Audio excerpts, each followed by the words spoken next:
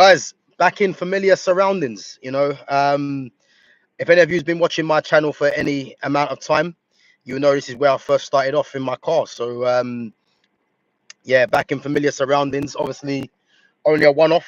I'm just on my way somewhere, so I thought I'd just come and give you guys a quick little stream.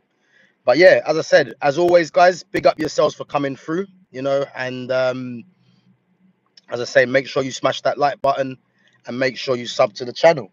And guys, keep your comments coming in as well. As I said, I'm driving, but well, I'm not really, but yeah, as I said, just keep your comments coming through.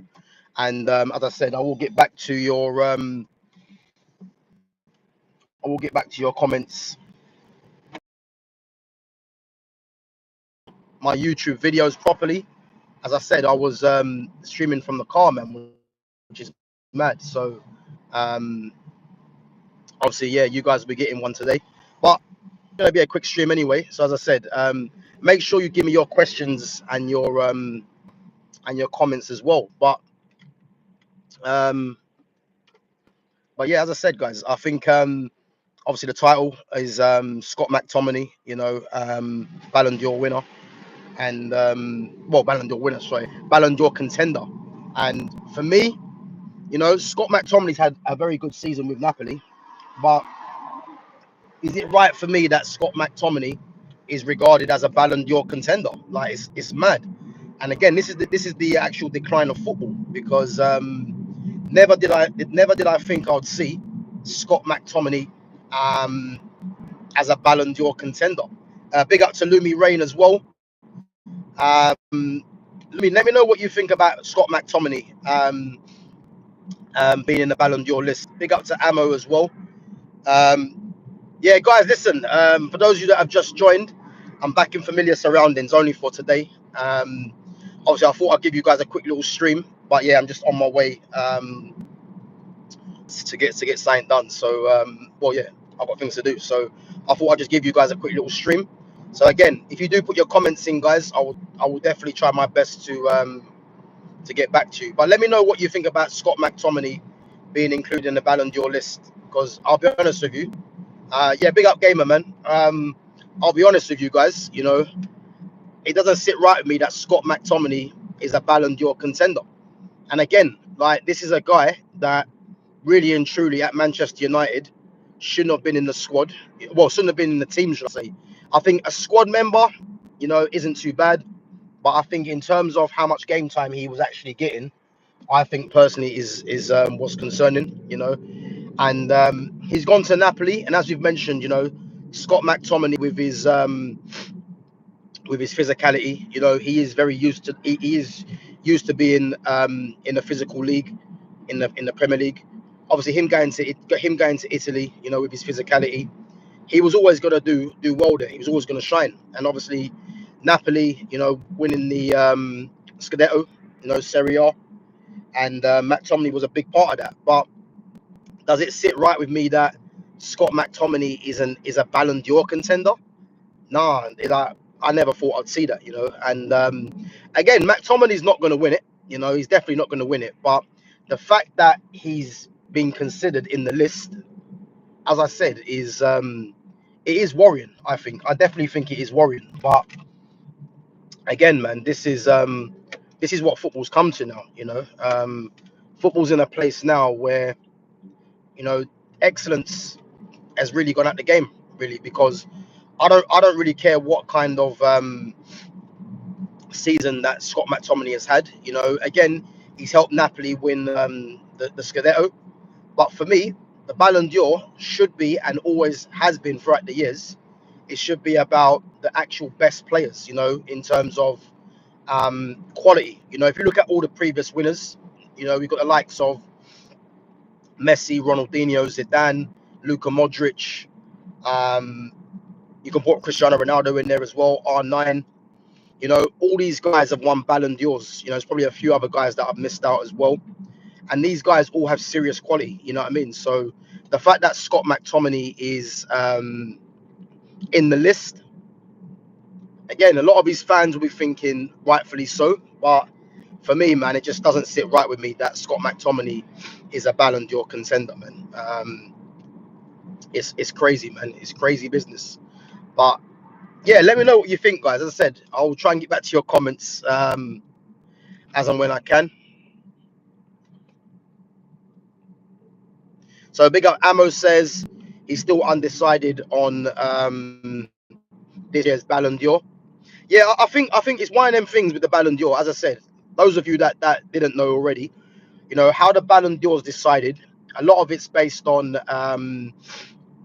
trophies won and numbers, you know, and popularity, you know. And I think if you look at when Messi and Ronaldo dominated it, you know, they had the popularity. You know, they were the two biggest stars in world football, and they were playing for two of the biggest clubs in the world in the same league. And these guys were winning Champions Leagues or league titles. So those two dominated it, you know, because they ticked every box in terms of popularity, numbers, and what the trophies that they were actually winning. Like Lamine Yamal, obviously, is the young gun coming through, but he's got the popularity. You know, he's playing for one of the big clubs in the world. What goes heavily in his favor is his age as well, and again, he's had decent numbers this season. So yeah, it's one of them things really where Lamine Yamal is a certainty for me. And even if Lamine Yamal doesn't win it this year, then he's going to be winning. I expect him to be dominating for the next 5 to 10 years. I think he's that good, you know. And if you look at Ousmane Dembele, again, he's won Champions League this season. You know, he's got the numbers to back it up as well.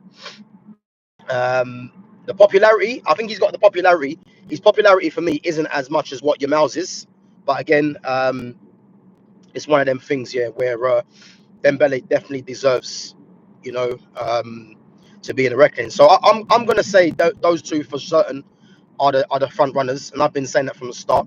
I think Vitinha deserves a mention. You know, Nuno Mendes probably as well for how good they've been this season. But for me, Yamal and Dembele are the two front runners. You know, I think there was someone in the chat I think last week saying about Rafinha, and again, Rafinha does deserve to be mentioned in this as well. But I just think that with Yamal and him being in the same team, although he's got better numbers than Yamal, I think, yeah, Yamal's got the popularity over Rafinha for me. So I think if we're looking at players, you can't look no further than Yamal and Dembele. So, yeah, that's what I would say, man. But big up Ammo anyway. Guys, come on. We've only got 5 likes on there, and there's 17 of you watching. If you're enjoying the content, again, back to old familiar grounds. You know, when I first started doing YouTube, I was streaming from my car. So yeah, it's only for today. So obviously, I'm on my way somewhere, so I thought I'd just give you guys a quick little stream. But yeah, big up yourselves, guys, for coming through. And guys, make sure as well you vote on my recent post that I've done. So one that come out today, I actually had to change it because I forgot a certain name, and someone in the someone that commented on the post actually went for a name that I totally forgot.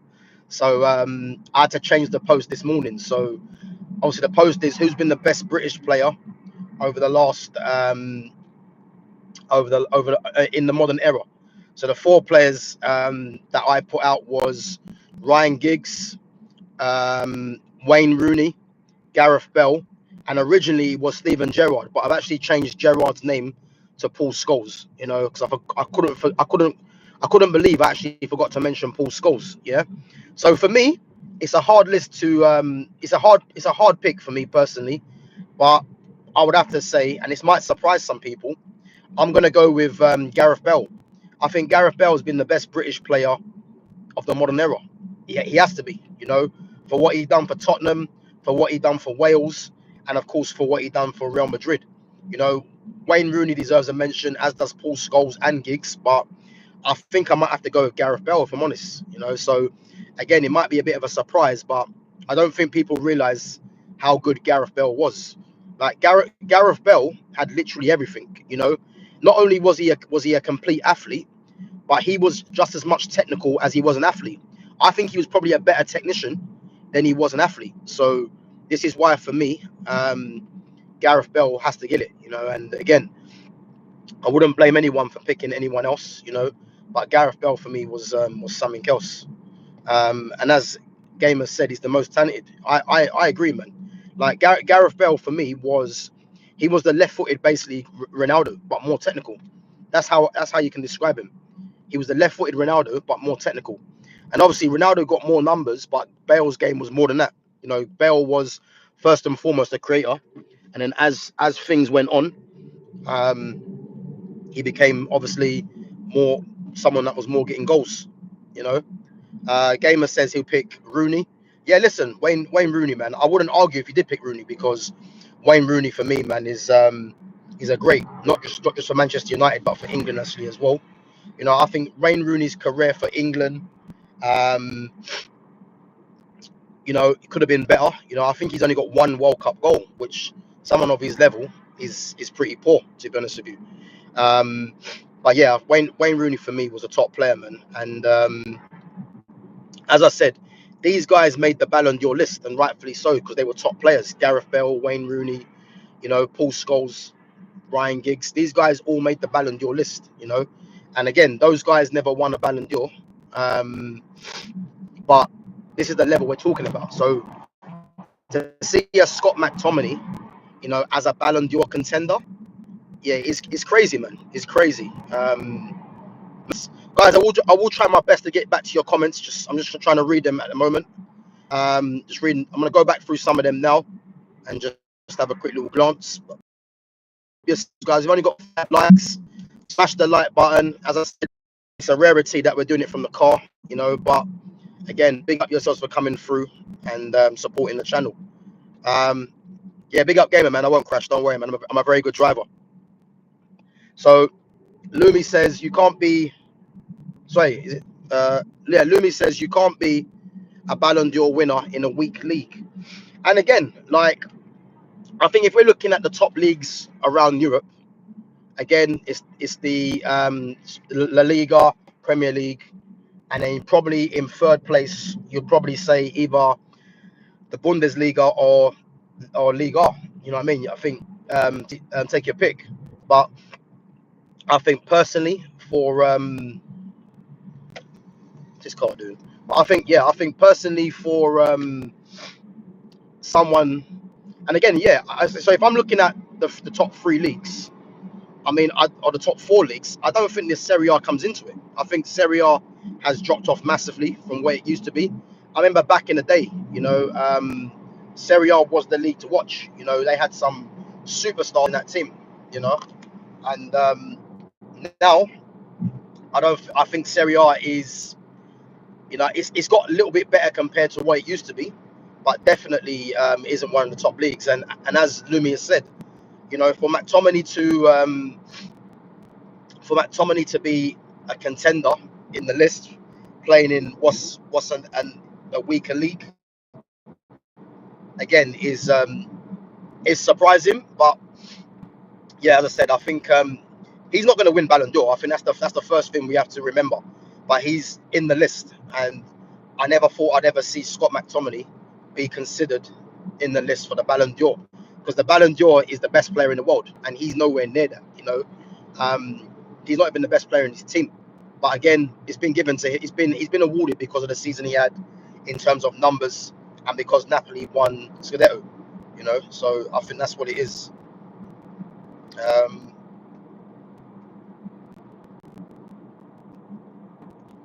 So Amo says, given his rise from the mud to Serie A winner, credit to him. Let me be honest, he's not really gonna win. Seems more of an honourable mention. Yeah, I agree, Amo, spot on. I agree. I think that's what it is. It's let's give him his praise, because he's left Man United, you know, arguably one of the biggest clubs in the world, to go and play for Napoli and win the Scudetto in his first season. So yeah, I agree, man. It's more of an honourable mention, but he's nowhere going to win it, you know. But the very fact that he's in the list, again, just shows you the decline of football, because 20 years ago, he's nowhere near that list.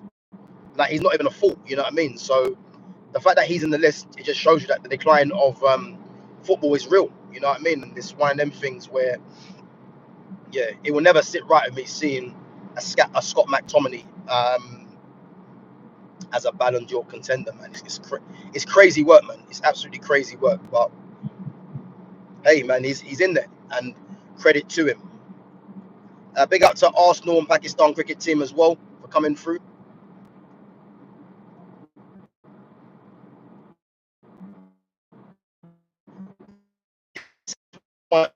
In terms of post I done today. So again, it's difficult, man, because I think again a lot of these posts that I'm doing, a lot of them could be subjective, you know. And again, you've got Ryan Giggs for Manchester United and for Wales, you know, so he'll always be. So Ryan Giggs is considered, you know, as the best ever player in the Premier League, not because of his quality level, but just in terms of his longevity, you know. But so you say he's got the longevity, you know, and obviously he's got the titles to prove it. I can't remember how many titles Giggs has won, funny enough, but he's got the longevity definitely. And then you've got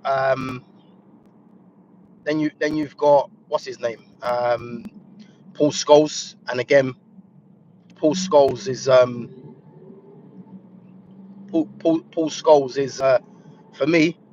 If we're talking about central midfield players in the Premier League, Paul Scholes for me has to be. Yeah, Paul Scholes has to be up there, man. Like you know, I think we might have to say Paul Scholes might have to be in the top 3 best ever central midfield players. And again, that's a hard list because there's some top players like Cesc Fabregas. You know, I'm not going to put Yaya Toure there because Yaya Toure played more as a 10. So when I'm saying central midfield players, I'm saying central midfield players. Like you've got Steven Gerrard, you've got Paul Scholes, you've got obviously Cesc Fabregas, Patrick Vieira. You know, I'm trying to think what else there is. Michael Carrick, there's a mention in there. There's probably a few others that I've forgotten as well, but that's what we're talking about, central midfield players. So for me, I'm going to say Gareth Bale number 1, Wayne Rooney. Oh, I don't know, it means I'm putting Scholes. Yeah, guys, I'm gonna say Gareth Bale 1, Wayne Rooney 2, Paul Scholes 3, and then Ryan Giggs 4th. But again, it's difficult because people might put Paul Scholes first, as someone in the comments said. But yeah, I definitely think Gareth Bale should be considered first, man. I think people are sleeping on Gareth Bale, man. How good Gareth Bale was, you know, he was electric, man. And at Tottenham, at times they were, you know, a one-man team. You know, it was like give the ball to Bale, Bale's going to make things happen, you know, and because he was that crucial to them. So yeah, I'm gonna say Gareth Bale 1, Wayne Rooney 2, Paul Scholes 3, and Giggs 4th. And again, I wouldn't complain with anyone if they had a different order, like, because again, it's not easy to kind of compile, you know. So but yeah, man, it is difficult to kind of agree what players should be in what order. So but yeah, big up, guys. Come on, there's 19 of you watching and only 5 likes. Let's at least hit 10 likes, guys. I will do my best to get back to your comments as well. Scholes was a victim of England having 3 world-class midfielders in that golden generation. Yeah, big up Lumi. Lumi, what I would say, this is where England failed because of the excitement of Gerrard and Lampard playing together. And again, with England, well, for their clubs, they were regarded as, you know, the key players for their clubs. But the problem is that it meant that because Scholes was more mobile, you would say, than Lampard, but they wanted to fit Lampard into the team. It meant that Paul Scholes had to play left midfield, and then you had Gerrard and Lampard as the 2 central midfielders, which is criminal. And not to forget as well, you had the likes of Michael Carrick, who was very underrated, and Michael Carrick should have been a regular starter for England, you know, because Carrick, out of all those midfielders, along with Scholes, was the most cultured, you know. But again, England just wanted to go with, you know, with Lampard's numbers, Gerrard's box to box, and they forgot about having someone that was more of a conductor, more of a controller in midfield, which is why Carrick was overlooked. And again, to play Paul Scholes out of position on the left-hand side, again, is criminal, man. It is actually criminal. So, But yeah, like that's where England missed out really, you know. And again, yeah, Scholes should have been made, you know, crucial to that England team centrally, you know. And if it means you bench Lampard or you bench Gerrard, then it is what it is. But I think England would have done a lot better if they had a Scholes and Carrick central midfield rather than having Lampard and Gerrard as a central midfield. Because again, as we know, that golden generation failed, and a lot of it comes down to that midfield. So, but big up Lumi Rain. Yeah, big up Lumi Rain. Um, Someone just pull out on me like that. Uh, Gareth Bale is the best British golf player. Not gonna lie. Big up to Arsenal and Pakistan cricket team, bro. I disagree, man. I think, as I say, Gareth Bale is very much slept on. You know what I mean? He's very much slept on. I think people need to give Gareth Bale his dues, man, because like what he was doing for Tottenham and for Real Madrid and even for Wales, you know, has to be respected. Guys, sorry about that. Sorry about that, guys. Sorry, issues with the bloody camera, with the phone. Um, yeah, issues with the phone, guys. Apologies for that. But guys, listen. If it cuts out again, then apologies, man. I think there's obviously a little issue with my phone, so obviously I'm just driving at the moment, so there's not much I can do with it really. But yeah, guys, listen. I'm gonna be back. I'm gonna be back possibly in the evening about 7:30. So again, if you guys are still here, appreciate you guys coming through. But I don't want to obviously carry the stream on if I know it's gonna cut out again. But yeah, guys, make sure you join me a bit later. But obviously, Scott McTominay, you know, Ballon d'Or contender. Wait, let me see if this guys give me 1 minute. Let me see. It should be alright actually. It should be alright. Um yeah, listen, guys, we'll carry on, but as I said, if it does cut out, then there's a little issue with my phone, and obviously I'm driving at the moment, so yeah, it's one of them things. If it does cut out, then apologies for that. Um so Gamer says Bale made less mistakes than Neymar in matches for what I saw. What the thing is, what I would say with Neymar, I think Neymar's someone, you know, Neymar's someone for me that is, I think he's very misunderstood in terms of players, you know, and I think there's only certain players that, for me, that I would put above Neymar, because I think Neymar was generational, man. Neymar was a special player, and again, he's someone. He's a victim of the fact that you've got Ronaldo and Messi that were in his era, and those two were doing numbers and winning trophies. So they were literally ahead of him based off that, and of course the popularity as well. But in terms of just pure ability, no one can deny Neymar. He can't be denied, man. He's a generational footballer, you know. And again, if he was in his era of football now, in his prime, like he'd dominate the Ballon d'Or, you know. So yeah, it's one of them things. But I don't think it's about mistakes, less mistakes being made. I think it's one of them things where you know, Gareth Bale played in the team at Real Madrid where again Ronaldo was the big name, but he still delivered. And the same with Neymar as well. Neymar was in a team with Messi, but the kind of connection and camaraderie he had with Messi and Luis Suarez, you know, just meant that he could be regarded as one of the best in the world as well. And those three, their dynamic was mad. You know, I think Neymar had to leave Barca really to get out the shadow of Messi, because Neymar again was Brazil's biggest star, but yet he wasn't seen as the biggest player at Barcelona because of Messi. And again, you can't really blame Neymar really, and you can't really say anything else really against that, because Messi's Messi at the end of the day, you know. But guys, bear me 1 minute. Just bear me 1 minute. So yeah, that's what I would say. Um,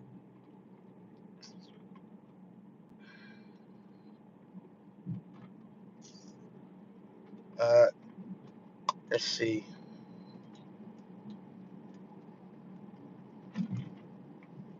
I want me doing this again, but it's, yeah, guys. I had to come and give you guys a stream today because again, just in case I don't go live later, so I thought I'll just do one. But again, I'm on the move, and again, it's apologies if it's not apologies if it's not a great stream today. Put it that way. But as I said, man, I had to give you guys one today. But again, yeah,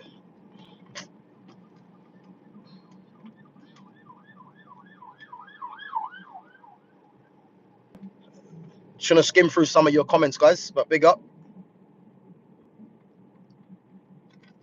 Alan Smith, Louis Saha, or Dimitar Berbatov. Man, that's a mad. Yeah, you forget Man United even had them players. Funny enough, you know. And as I said, I think Dimitar Berbatov is another player that was hugely underrated for me. Dimitar Berbatov was a top player, man, top player.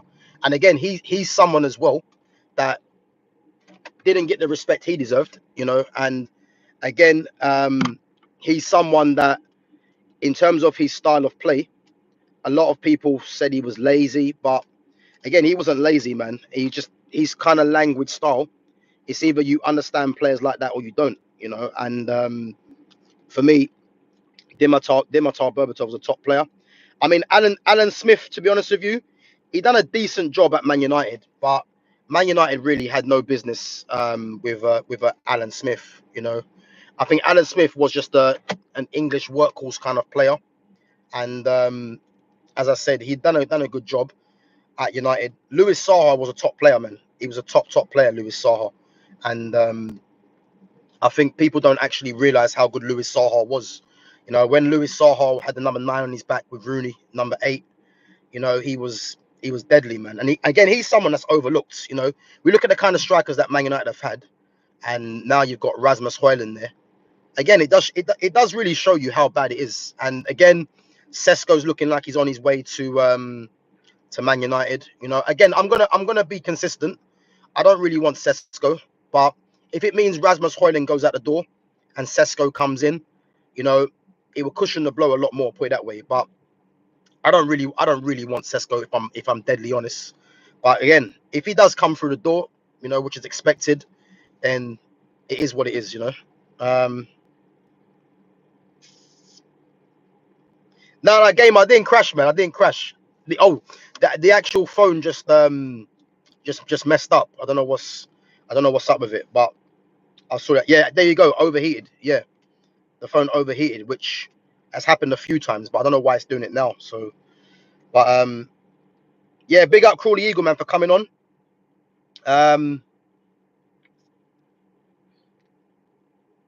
Lumi Rain says Johnny Evans, Wes Brown, or John O'Shea. That's a tough question. I'd probably say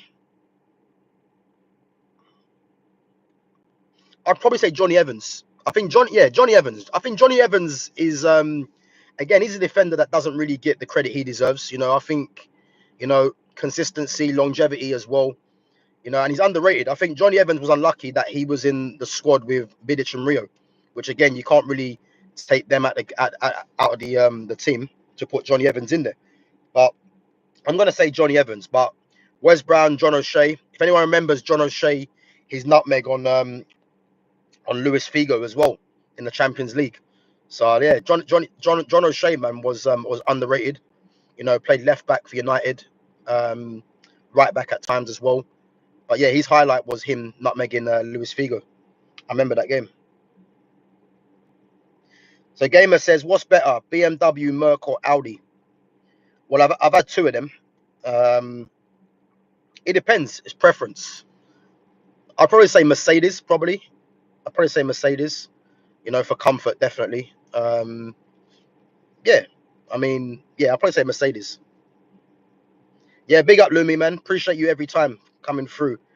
Big up to Borna King says Tony Adams. What about him? Tony Adams can't be in this list. I ain't gonna put no defender in this list. Nah. that list I'm doing, the best British players, you can't put a defender in there. You know, I think that's a different question. If we're gonna say who's the best British defender of all time, then Tony Adams might come into question, but not on this one for me. Big up to Mr. Goblin, says Sesko personally won't suit United's play style. Surprises you didn't pursue with Watkins, with him being homegrown in the Prem. Yeah, big up to Mr. Goblin.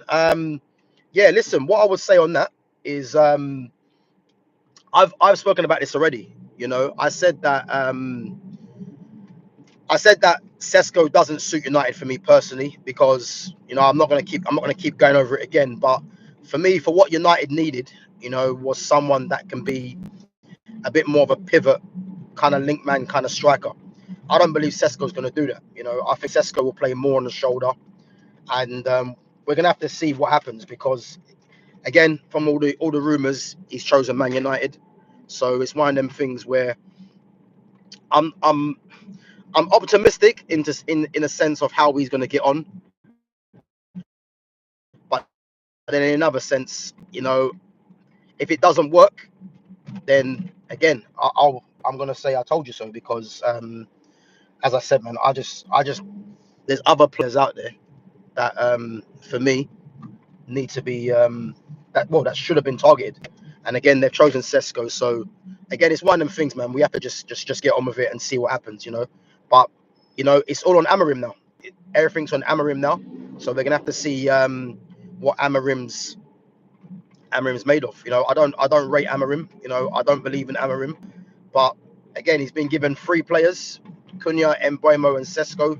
If he does sign, and you know, that's a whole new attack now. So let's see what he does, because I want to see some coaching going on. This is why he was brought in the first place, you know. So yeah, that's what I want. That's what I want to see. Guys, big up yourselves. There's 24 of you in there and 11 likes. Again, if you're enjoying the content, make sure you smash the like button, and again, make sure you sub to the channel as well. You know, as I said, guys, I don't normally stream from the car, but obviously I'm on my way somewhere, so I thought I'd just give you guys some quick content. You know, I should be back later tonight, you know, at 7:30, you know, 8 o'clock. But again, keep an eye on the schedule, guys, to see when I go live. But yeah, I should give you some content later. Hopefully there's some more news that drops. Hopefully the Sesko one gets over the line. If it does, you know, we don't have a prolonged situation, you know. But I think it's safe to say at the moment he's favouring Man United, from going by all the reports, you know. But again, it is what it is, you know.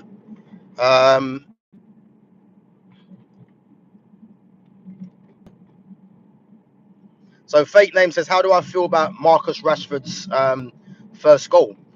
I mean, to be fair, it's pre-season, and again, Rashford was always going to score a goal for Barcelona. Like, you know what I mean? It's not really groundbreaking news, but as I said about Rashford, you know, Rashford is someone that he needed to leave Man United time ago, because you know he needed a new challenge. The club needed to go in a different direction, you know, and the longer he was at Man United, he would have been used as a scapegoat purely because of the new wage that he's on, you know, and with the new wage comes a new responsibility. So for me, how do I feel about Rashford scoring his first goal? Like at Barcelona, Rashford's gonna get more chances to score, because as we know with Barcelona, they just create chance upon chance. You know, the problem that Rashford's gonna have is getting regular game time, because as we know, Yamal, new number 10 on his back. Yamal's going to be first choice, as we know. Lewandowski is the main striker. And then you've got Rafinha, who's come off the back of the best season of his career so far. So Rashford's going to have a tough time getting himself into this lineup. But when he gets his chances, he's got to take it. You know, he's got to get some goals. Yeah, he's got to take his chances. But again, do I see Rashford returning back to Man United in the next season? I think I do, because I don't think Barcelona take up the opportunity to sign him. I think it works for Barcelona, it works for Rashford, and I think the fact that that Rashford is there, you know, his physicality is going to be crucial in that league. You know, if you look at his pace, but I think it's a smart move by Barca. They need someone in that part of the pitch to cover for Lewandowski, and to cover out on the left as well.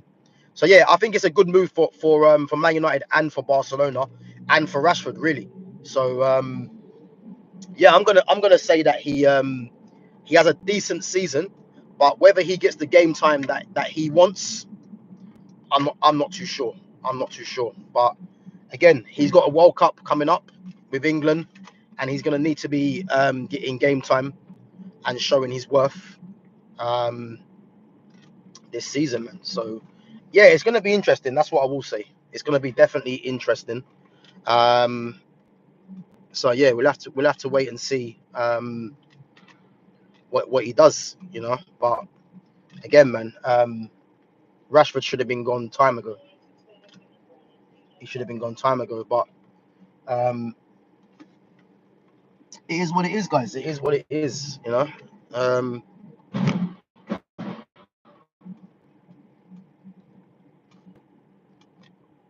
so big up gamer says LFC should do it all. Liverpool. I mean, to be honest with you, man, I'm expecting Liverpool to at least win a trophy this season. I think if Liverpool go through this whole season for the business that they've done and they win nothing, I think it's going to be poor, man, and there'll be a lot of questions being asked if that was to happen, and rightfully so, man, because you can't be you can't be signing all those players and not at least win a trophy, And I think realistically, I think even if Liverpool was to win an FA Cup, or a Carabao Cup, I don't think I would say that's not good enough for Liverpool. I think Liverpool, for me, would need to be Champions League or retaining the Premier League for them to be considered as having a good season. And personally, I think that's fair.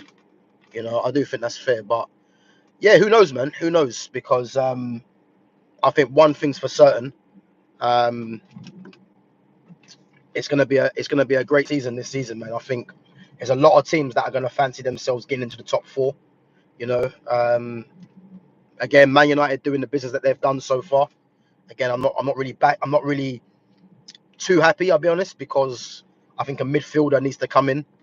But again, it's one of them things where we'll have to just wait and see what happens. But yeah, I'm just going around in circles trying to look for a space.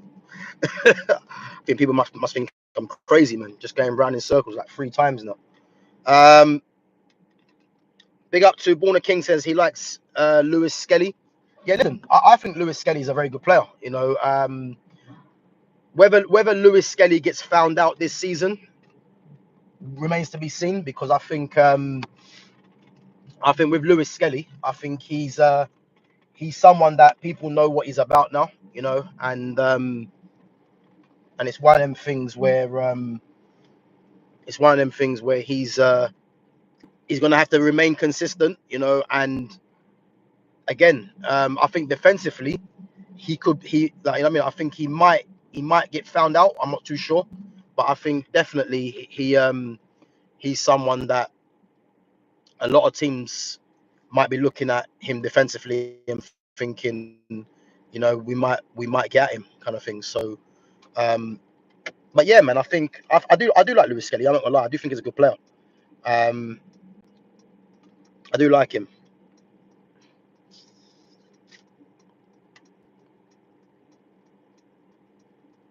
Yeah, guys, big up, man. There's 32 of you. There's 16 likes. Smash the like button, guys, and make sure you sub to the channel as well. Ronaldo fan says Lamine Yamal is trash, bro. Go humbled by Ronaldo. So again, the fact that he can't even spell Lamine Yamal's name means it's not a serious comment. So let's just skip that. And guys, again, man, you get people like this coming into the chat, man. Lamine Yamal can't even spell his name. No respect there. And saying he got humbled by Ronaldo. I don't know how he got humbled by Ronaldo. Yeah. If you're talking about when Spain played Portugal, then if you think that's a humbling, then I'm sorry to say, man, I'm not quite sure what you're talking about personally. But hey, man, there's people out there that have their opinion.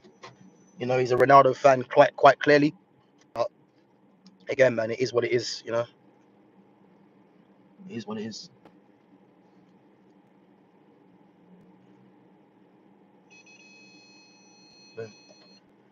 So yeah, let's see. Yeah, Lumi, listen, trolls do need to go back to school, 100%. You know what I mean? Like when you're coming into the chat, man, at least at least check the spellings, man, before you come on there. Because it's a bit embarrassing to slate a player and you can't even get his name properly. You know, it's embarrassing, man. So yeah, Man United are taking a big risk on Sesko. I prefer Watkins. Watkins has an amazing assist record and is a good finisher. So either sign Watkins or no more signings.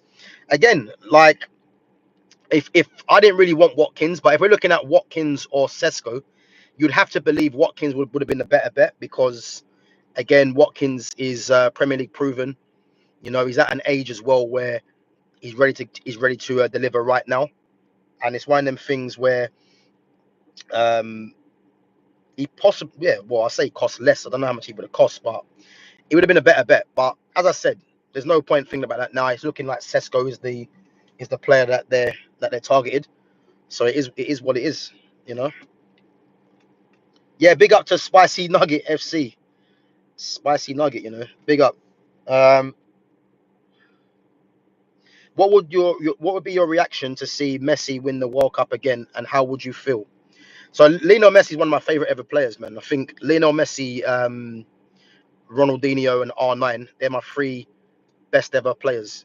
You know, so if Messi was to win another World Cup, even though as great as Messi is, I don't think Messi wins another World Cup. I just can't see it happening because I think he's a year older now, or a couple of years older he might be now, and I think it's too much of an odds. You know, I mean, if anyone can do it, it's Messi, but I just think it might be a bit too much now. And I know Argentina as a squad, you know, they've got a lot of promising players coming through, but I just don't know if he can deliver for me this time around. I mean, I'd love it if he could, but I think if we're being realistic, it might not happen for me. And again, what a career he's had, what a player he is, man. Still, so I'd love him to do it, but yeah, I'm not too sure. I'm not too sure, but who knows? If he does do it, then yeah, the guy's just ridiculous. You know what I mean? The Joker says Arsenal need Eze. If we don't get him, that's a massive miss. I agree. I agree. Well, I say I agree. Arsenal do need an Eze, but for me, where are they going to play Eze? Because Eze is a number 10. And if you're playing the system that Arsenal plays, a 4-2-3-1, where Odegaard plays as a 10, you need to have Eze as that 10. So yeah, it's a bit concerning really that Eze's not really